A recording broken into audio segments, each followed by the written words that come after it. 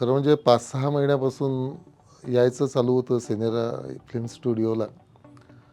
स्वप्नील मित्र आहे, गावाकडला आहे, त्यामुळे एक वेगळा जिव्हाळा होता, आपुलकी होती, की काय करतोय पुण्यात येऊन एवढा मोठा स्टुडिओ, 4-5 बाहेरच्या लोकांकडून स्टुडिओविषयी ऐकलेलं. एकदा तरी जावं, भेट द्यावी, बघावं सर्व डोळ्यांनी वाटत होतं. प्रामुख्याने जेव्हा सत्यशोधक केला त्यावेळेला प्रवीणदादा च्या माध्यमातूनही स्वप्नील आणि आमची एकदा बैठक झाली. तेव्हाही तो बोलला की फिल्म स्टुडिओला ये म्हणून. तर आज खरंच आलो आहे आणि मन तृप्त झालं. अगदी डोळ्यांचीही पारणं फिटलीत आणि मनाचीही अगदी ज्याला म्हणतो आपण तहान भागली, की माझ्या गावाकडला मुलगा इथे येऊन एवढ्या चांगल्या पद्धतीनं हे सर्व चालवतो आहे. एक छान सेटअप लागला आहे, टीमशी सर्व भेटलो आहे मी. म्हणजे खरं म्हणजे आलो आहे तर प्रवीणदादा गायकवाड वगैरे आम्ही बसलो आहे, खूप गप्पा झाल्या आणि भारत जाधव आलेले होते.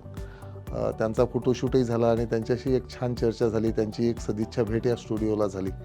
खूप सर्व महाराष्ट्रातील नामांकित मंडळी, सिनेकलावंत सर्व या स्टुडिओला येत आहेत, भेट देत आहेत आणि एका जिव्हाळ्यानं स्वप्नीलसोबत काम करत आहेत. खरंच पाहून आनंद झाला आहे. तुम्हालाही केव्हा कधी या वाटलं तर नक्कीच या स्टुडिओला या.